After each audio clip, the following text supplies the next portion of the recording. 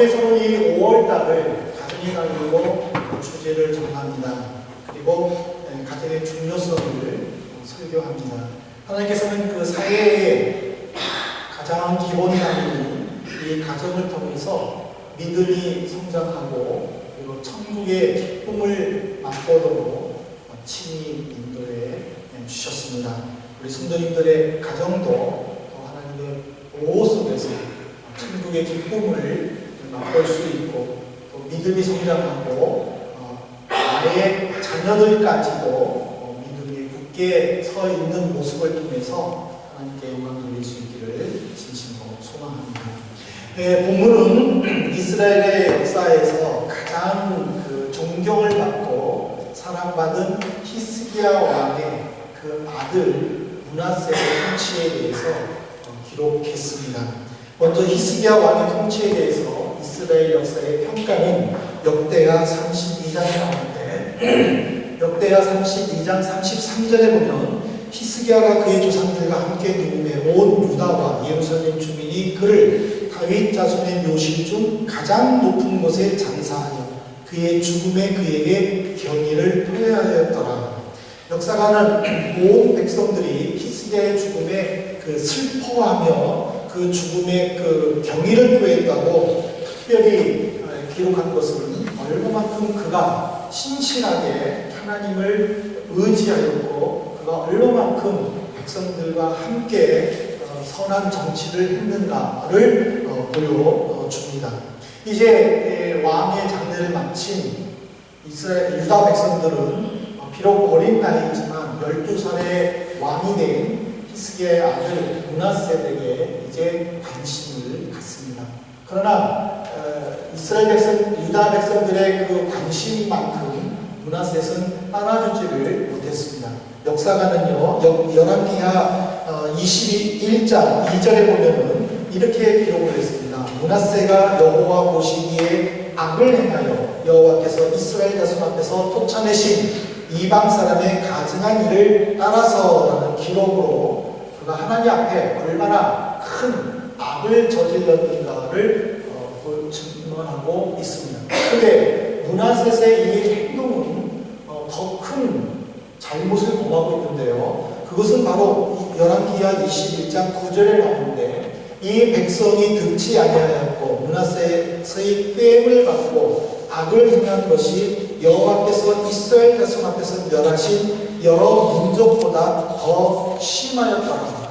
그러니까 므낫셋은 자기만 죄를 범하는 것이 아니라 자기의 권력을 이용해서 백성들로 하여금 죄를 짓게 하였고 백성들은 므낫셋의 그 명령에 아무런 저항당하지 않고 하나님께서 하나님을 대적함으로 말미암아 멸망시켰던 유다의 그 주변 국가들보다도 더 심했다고 이렇게 성경은 증언하고 있습니다.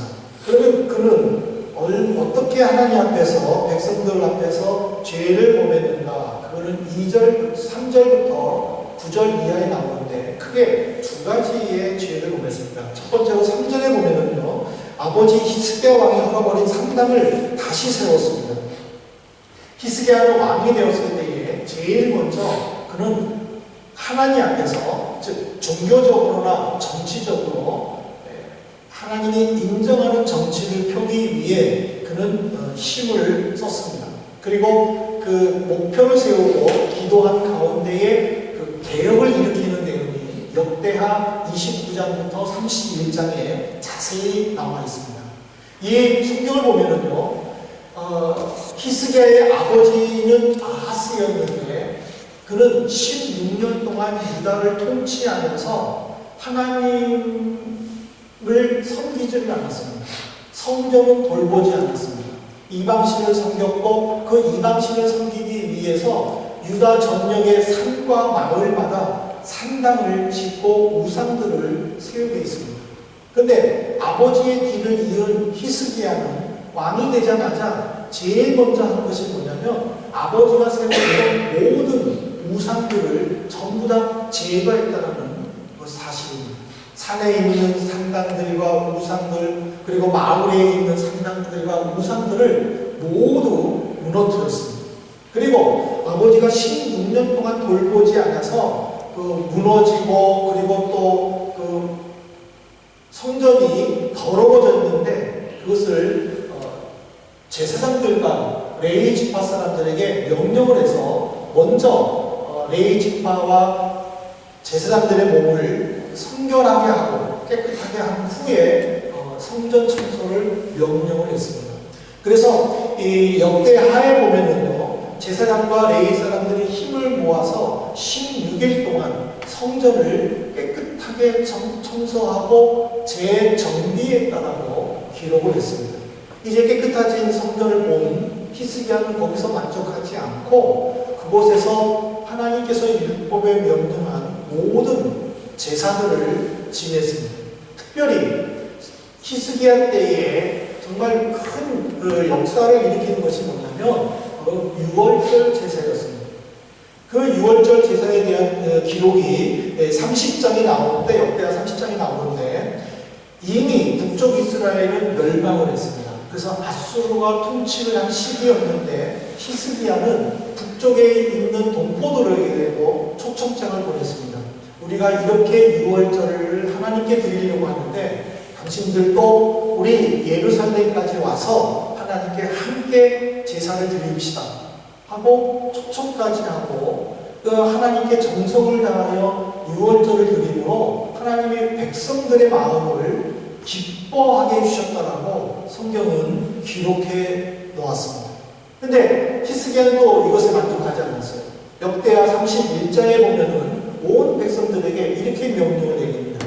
율법에 보면 너희들의 모든 소득의 11조를 하나님께 드리라고 했다. 여러분들은 소득의 11조를 레위 지파 사람들에게 주십시오. 그러면서 그도 스스로 11조를 드리면서 성전을 관리하게 하고 성전을 지키도록 했습니다.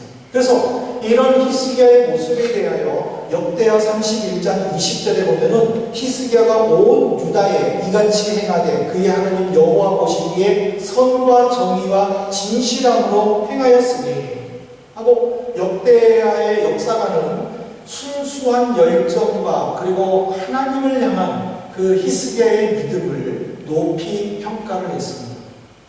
하지만 이런 열정을 쏟아부은 히스기야의 이런 믿음의 모습을 단 한순간에 무너뜨린 사람이 바로 그의 아들 므낫셋이었습니다. 므낫셋은 아버지가 헐어버렸던 우상들을 다시 세웠습니다. 그리고 유다의 그 어떤 왕도 하지 못했던 예루살렘 성전 안에다가 이방신을 제사드리기 위하여 제단을 쌓았습니다. 그리고 자기가 직접 제사를 지내면서 자기의 아들을 불러 태워 죽이기까지 했습니다. 그리고 또 성전 안에다가 무당과 그리고 신접한 사람들을 세워가지고 오히려 제사장들의 말보다도 그들의 말을 더 믿었던 악을 범했습니다. 뿐만 아니라 두 번째로 그는 어떤 잘못을 범했냐면 하나님께만 범죄하는 정책이 아니라 이제는 무력으로 그는 나라를 다스렸습니다. 열왕기하 21장 16절에 보시면요, 므낫세가 유다에게 범죄하게 하여 여호와께서 보시기에 악을 행한 것 외에도 또 무죄한 자의 피를 심히 많이 흘려 예루살렘 이 끝에서 저 끝까지 가득하게 하였다. 이스라엘의 역사학자인 요세푸스의 증언에 의하면은 이 므낫세 시대에 매일 복수 이상으로 2명 이상의 선지자들이 매일 죽임을 당했다고 기록되어 있습니다. 그리고 백성들을 억압하면서 무력으로 그들을 진압하여서 이제는 백성들이 왕에 대한 불만이 극에 달한다라고 성경은 요세푸스는 그렇게 기록하고 있습니다. 므낫셋은 왕으로 가져 있어야 할 공의로움과 그리고 사랑이 없었을 뿐만 아니라 하나님을 향한 사랑조차도 없었다라는 것을 우리는 알 수가 있습니다. 그래서 이런 말로 인하여 우리는 열왕기하 21장 11절에 보면은요, 아모리 사람들의 행위보다 더욱 심했다라는 이 구절을 우리는 깊이 새겨들어야 됩니다. 왜냐하면 하나님께서 모세를 통하여 이스라엘 백성들에게 가나안 땅을 주시는 이유에 대해서 이렇게 말씀을 하셨습니다. 신명기 9장 5절에 보십시오. 네가 가서 그 땅을 차지함은 내 공의로 말미암도 아니며 내 마음이 정직함으로 말미암도 아니요 이 민족들이 악함으로 말미암아 내 하나님 여호와께서 그들을 네 앞에서 쫓아내심이라.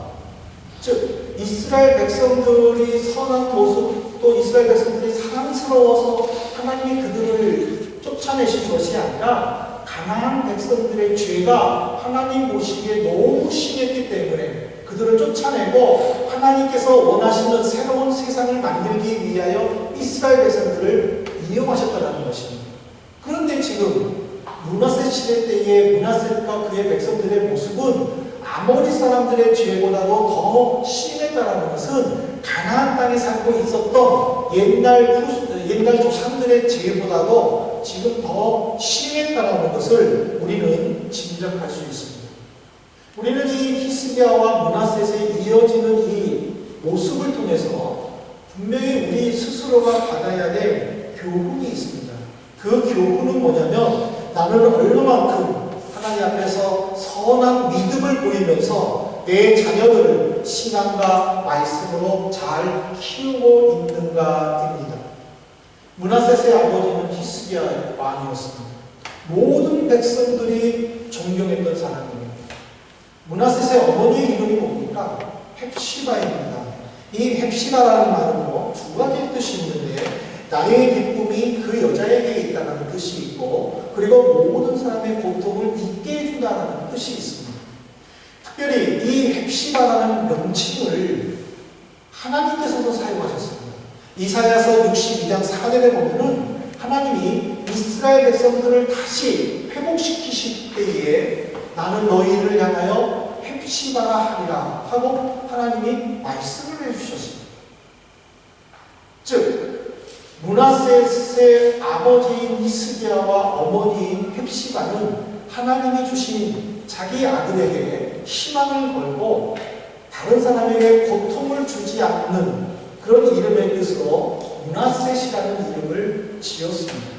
그러나 므낫셋은 부모님의 모습과는 정반대로 사람들에게 고통을 주는 나쁜 사람이 되었을 뿐만 아니라 열왕기하 21장 12절에 보면은 므낫셋의 잘못으로 말미암아 하나님께서 유다를 완전히 멸망시킬 것을 작정하셨음을 우리는 깨닫게 됩니다. 우리는 내 자녀에게 무엇을 심어주고 있는가, 또 미래의 자녀를 낳을 우리 청년들은 내가 내 자녀들에게 무엇을 심어줄 것인가를 한번 생각해 보아야 합니다. 미국의 종교심리학자인 보나르 박사가 말씀으로 거듭남을 체험했던 성인 253명을 조사를 했는데 50%가 넘는 138명이 20살 이하 때에 이미 구원의 체험을 했다는 사실입니다. 그리고 21살부터 30살까지는 85명이, 그리고 31살부터 40살까지는 22명이, 41살부터 50살까지는 4명이, 51살부터 60살까지는 3명이, 61세부터 70세까지는 1명이, 그리고 70세 이후에는 단 한 사람도 구원의 체험을 받지 못했다고 그렇게 문장을 했습니다. 근데 이 보나르 박사와 마찬가지로 영국의 심리 사회학자인 스펜스 박사도 그 성인 남자 1000명을 대상으로 성령의 체험을 한 구원의 확신을 가진 연령대를 조사했는데 20살 이하가 50%가 넘는 548명이 고백을 했었다고 합니다. 그리고 20대에 와서는 337명으로, 그리고 30대에서는 96명으로 확 줄었고 60대는 단 1명, 70대부터는 한 명도 없었다고 합니다. 내 자녀들에 대해서 우리가 사회적으로 성공하기를 바란다면 제일 먼저 관심을 가져야 될 것은 뭐냐면 그 아이가 얼마만큼 또 언제 구원의 확신을 체험하고 고백하고 있는가, 그거를 우리는 깨달아야 한다는 사실입니다. 우리는 외국에 나오면 전부 다들 외국자가 된다고 하지 않습니까? 3, 4, 5 모여서 이렇게 나라 이야기를 할 때에 참 많은 걱정들을 합니다. 특별히 우리의 꿈나무라 할 수 있는 이 어린 자녀들이 방황하거나 그들이 잘못된 모습으로 돌아갈 때에 참 안타깝기도 합니다. 왜 이런 모습으로 변질되었을까? 우리 부모님들의 교육열만큼만은 세계에서도 인정합니다. 하지만 우리 예수를 믿고 구원의 은혜를 체험했다고 고백하는 우리 부모들이 내 자녀의 구원에 얼마만큼 관심을 가지고 있는지 우리는 한번 스스로 생각해 봐야 됩니다. 제가 설교를 완성해 놓고 어떤 프로를 봤는데 지금 20대, 30대에서는 이민 계획을 든다고 합니다. 그래서 북유럽으로 덴마크, 핀란드, 노르웨이, 스웨덴 거기 가는 데에 78% 이상이 내 자녀가 지금 사회에서 너무나도 경쟁에 지쳐있기 때문에 이민 간다는 거예요. 그리고 60% 이상이 내 자녀가 바로 제대로 인정받지 못하기 때문에 이민 간다는 거예요. 그것을 들을 때에 참 마음이 아팠습니다. 부모들이 자녀들에게 바른 환경을 심어주고 또 스트레스 받지 않고 공부하게 하기 위해서 이민 갈 계획을 들 정도로 이렇게 열심히 합니다.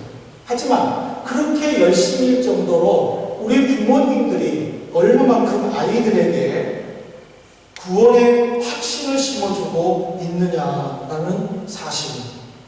내 자녀가 어떤 사람이 되는 것에는 그렇게 크게 관여를 하잖아요.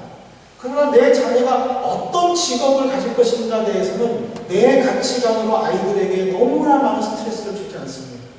그걸로 말미암아 부모와 자녀 간의 갈등이 일으키는 모습들을 우리는 많이 봅니다. 옛날에 저 때는요, 사자 직업이 인정받는 시대였어요. 같은 사자지만은요, 목사는 꼴등이었어요. 그러나 의사, 변호사는요, 굉장히 높은 직업이었어요. 근데 지금 의사, 변호사 보세요. 이제는 월급자로 변질되었어요. 직업의 가치가 변한 시대예요. 근데 내 기준으로 내 아이가 이 직업을 가져야 된다고 생각을 한다면은 그 아이는 그 부모와 갈등을 일으키지 않겠습니다. 직업의 선호도가 바뀌어지는 시대예요. 우리는 예측할 수 없는 시대에 내가 내 아이가 잘 되기만을 위해서 공부만 강조한다면 그 아이가 세상에서 어떻게 살아남을 수 있겠습니까?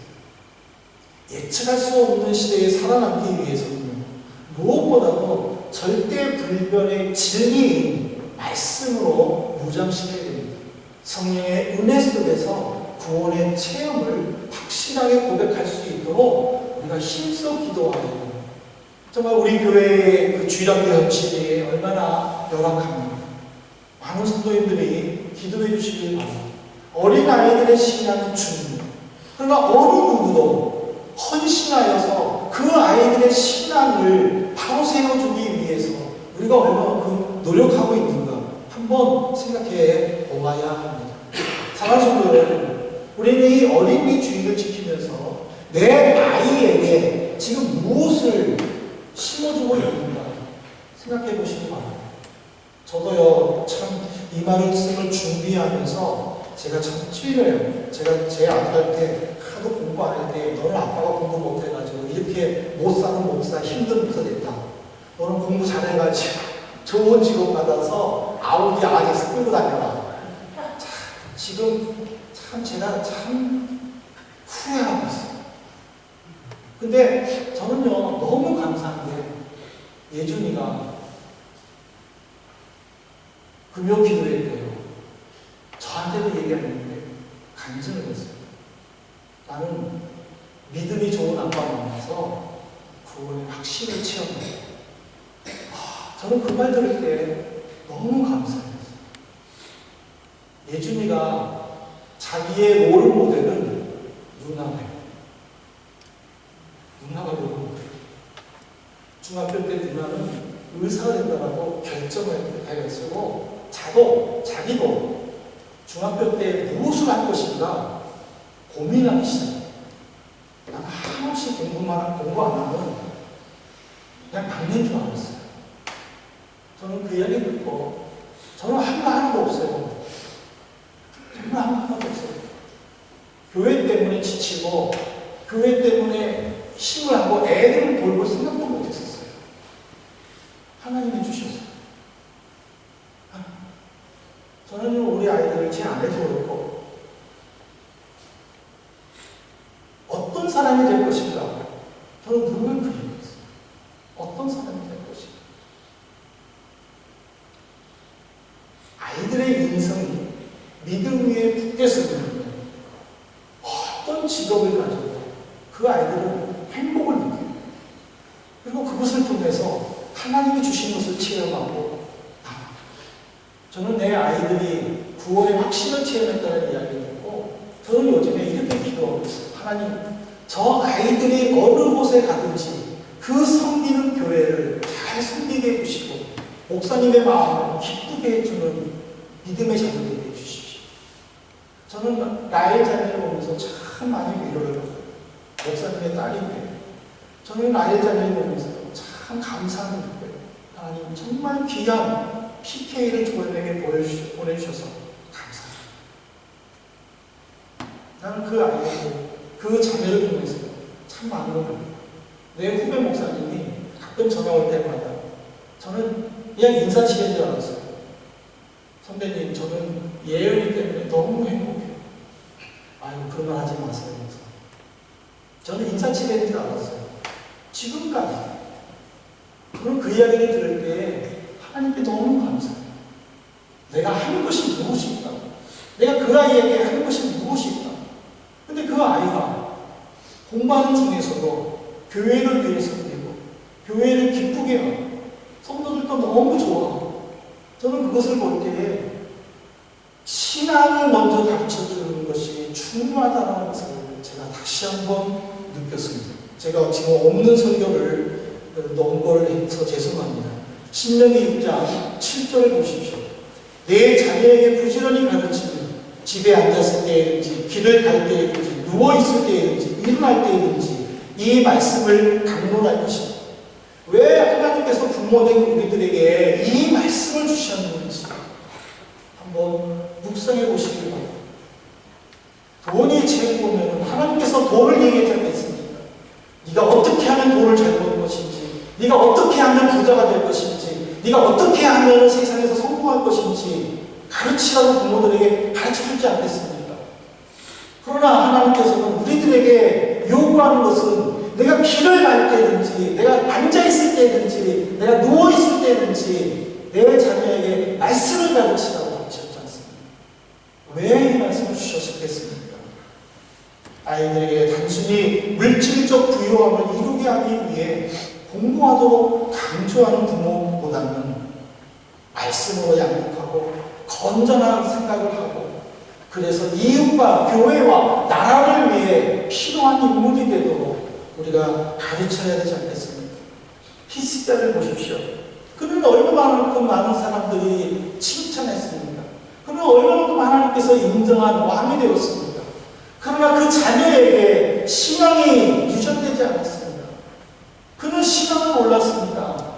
아버지의 모습을 보면서 하나님을 발견했었어야 됨에도 불구하고 아버지의 모습을 보고 자랐으면서도 자기가 왕이 되었을 때는 아버지가 무너뜨리는 우상을 다시 세우고 성전 안에다가 제단을 쌓고 자기 스스로가 자기 아들을 죽이는 하나님이 제일 싫어하는 제사를 지내는 이유가 무엇입니까? 오늘 이 시대에 제2의 히스기야가 되지 마십시다. 나 혼자 신앙생활 잘하고 나 혼자 하나님의 은혜 속에서 복받고 살고 내가 죽고 난 다음에 내 아이들을 어떤 모습으로 갖게 될지 생각하지 못한다면 내 믿음이 과연 잘 믿음이 있습니다. 공부 못해도 돼요. 정말 좋은 사람이에요. 하나님께서 사용하셔요. 우리 시대에 그렇게 의사, 변호사 최고의 직업이라고 생각했는데 이 시대에는 의사, 변호사는 이제는 쓸모가 없잖아요. 독일도 의사들 다 떠나잖아요. 신문에 보니까는 환자들이 이제 영어를 배워야 된대요. 영어 배워가지고 병원에 입원해야 된대요. 외국인 사람들이 많이 와요. 여기도 그러잖아요. 의사가 힘드니까 다 떠나잖아요. 직업의 선호도가 뭐예요? 지금 우리 시대에 내 아이들에게 이 직업이 최고다, 이 직업 해라 얘기를 해도 그 아이들이 또 성장해가지고 어떤 직업이 또 좋은 직업이 될지는 어느 누구도 모르잖아요. 근데 그 아이에게 그 직업을 강조한다고 그 아이가 행복하겠습니다. 오히려 말씀으로 잘 기도하고 오늘 예배 드리기 전에 어떤 분이 그래요. 목사님 부러워요. 예준이 예를 그렇게 잘 자라서 부러워. 사춘기 또 잘 지냈죠. 근데 내가 그랬어요. 너무 부끄러웠어요. 내가 한 게 있어야 나 이게 키웠다. 한번 그게 키워봐라. 그럴 텐데 한 게 없으니까 나 한 거 없어요. 저는 지금도 공개적으로 고백해요.